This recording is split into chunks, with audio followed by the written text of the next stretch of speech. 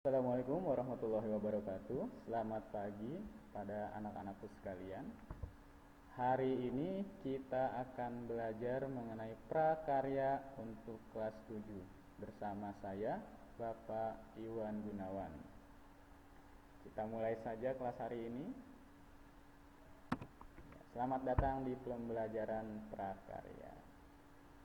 Simak video ini sampai selesai, karena nanti di akhir video Bapak akan memberikan link kuis. Kuisnya bukan kuis sembarangan, karena kuisnya nanti akan berhadiah pulsa Rp5.000 bagi yang menjawab paling cepat dan benar. Ya, langsung saja kita mulai pembelajaran prakaryanya. Ya, untuk yang pertama, apa yang kalian ketahui tentang prakarya?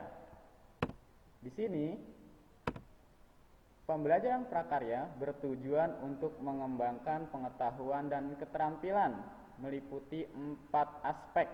Yang pertama, kerajinan, rekayasa, budidaya, dan pengolahan. Pada bab pertama ini, kita akan mempelajari mengenai kerajinan. Dalam satu semester, kita akan belajar 4 bab. Dan biasanya kita akan 2 kali praktek untuk setiap bab. Nah, kita langsung ke bab yang pertama, yaitu kerajinan. Bab kerajinan yaitu untuk kelas 7 adalah kerajinan dari serat. Nanti kita akan belajar mengenai pengertian serat alam, jenis dan karakteristik bahan serat, pengolahan bahan serat, proses produksi kerajinan bahan serat, dan proses kerajinan bahan serat, kemasan produk kerajinan bahan serat, serta contoh proyek kerajinan bahan serat. Untuk pertemuan pertama ini, Bapak hanya akan menjelaskan mengenai materi, jadi tidak ada soal, hanya ada kuis nanti yang berhadiah pulsa. Setelah itu, setelah beberapa kali pertemuan, biasanya Bapak akan memberikan tugas berupa praktik, yaitu pembuatan sebuah produk dari bab yang sedang kita pelajari. Untuk pertemuan pertama, kita hanya akan mempelajari materinya saja dulu. Langsung saja kita ke materi bab 1 mengenai pengertian dari serat alam. Pengertian serat alam. Bahan serat adalah suatu jenis bahan berupa potongan-potongan komponen yang membentuk jaringan memanjang yang utuh. Sayuran dan buah-buahan merupakan makanan yang mengandung serat tinggi yang sangat baik untuk sistem pencernaan. Serat merupakan bahan baku untuk membuat benang, kain, yang memegang peranan sangat penting. Jadi sesuatu komponen yang membentuk jaringan yang memanjang dan utuh itu termasuk serat. Apa saja? Nanti kita akan melihat contoh-contohnya. Di sini ada yang kedua adalah jenis dan karakteristik bahan serat. Serat dibagi menjadi 2 jenis. Yang satu dari serat dari tumbuhan, yang kedua serat dari hewan. Serat dari tumbuhan bisa kita ambil dari bagian-bagian yang ada di tumbuhan. Contohnya adalah serat dari biji, serat dari benang, serat dari daun, serta serat yang berasal dari buah. Yang kedua adalah serat dari hewan. Serat dari hewan itu disebut sebagai serat dari stapel, dan kedua serat dari filamen. Langsung saja kita ke bagian dari serat dari tumbuhan. Contohnya, serat dari biji bisa kita temui dari biji kapas. Nah, biji kapas ini mengandung kapas ya. Kapas itu berserat dan biasanya dibuat dan dijadikan sebagai benang. Yang kedua adalah serat dari batang. Serat dari batang biasanya ditemui dari batang-batang pohon. Contohnya, batang pohon bambu, batang pohon kayu. Batang-batang ini bisa berkambium ataupun tidak berkambium. Ada lagi contohnya adalah serat batang dari melinjo dan batang beringin. Yang ketiga adalah serat dari daun. Serat dari daun itu berasal dari daun pohon atau dari daun tumbuhan. Contohnya di sini adalah dari daun nanas atau dari daun pandan, serta dari daun-daun lain yang biasa digunakan untuk kerajinan, seperti alang-alang, itu biasanya digunakan untuk kerajinan, dan dia mengandung serat. Yang keempat adalah serat yang berasal dari buah. Di sini dicontohkan serat yang berasal dari buah adalah serat buah kelapa. Itu nanti di buahnya itu sebenarnya bukan di buah, tapi di cangkang kulit buahnya.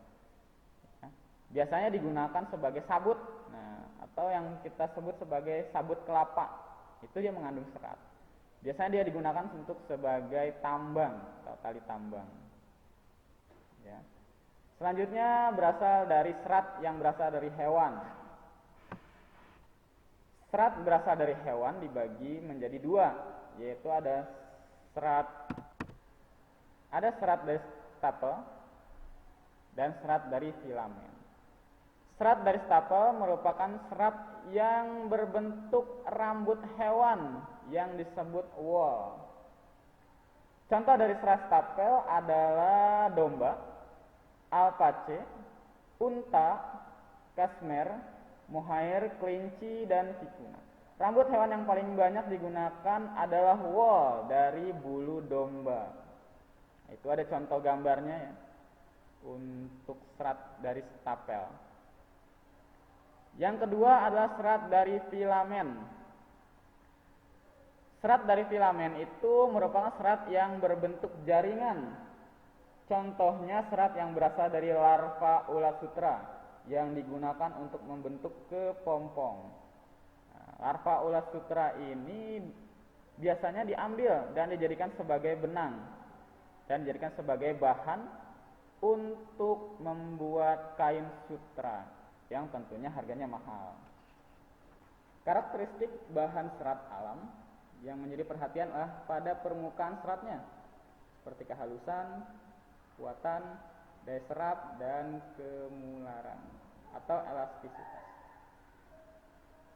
Bahan tekstil dari selulosa atau kapas memiliki beberapa karakteristik seperti bahan terasa dingin dan sedikit kaku, mudah kusut, mudah menyerap keringat, rentan terhadap jamur, dan mudah terbakar. Sementara serat sutra mempunyai ciri-ciri berkilau, sangat bagus dan lembut, tidak mudah kusut, sangat halus, kekuatannya tinggi, tahan terhadap sinar matahari, daya serap cukup tinggi, tidak mudah berjamur, mudah terbakar, berbau seperti rambut terbakar. Bekas pembakaran berbentuk abu hitam, bulat, serta mudah dihancurkan. Serat wool mempunyai ciri-ciri agak kuat, tidak berkilau, keriting, kekenyalan tinggi, elastisitas tinggi, dan merupakan penahan panas yang baik, tahan terhadap jamur dan bakteri. Nah, itu materi yang saya sampaikan untuk hari ini. Setelah ini ada kuis, dan kalian kalau misalkan masih kurang jelas mengenai materi ini, bisa bertanya langsung ke saya melalui Japri, WhatsApp, ataupun via media sosial lain.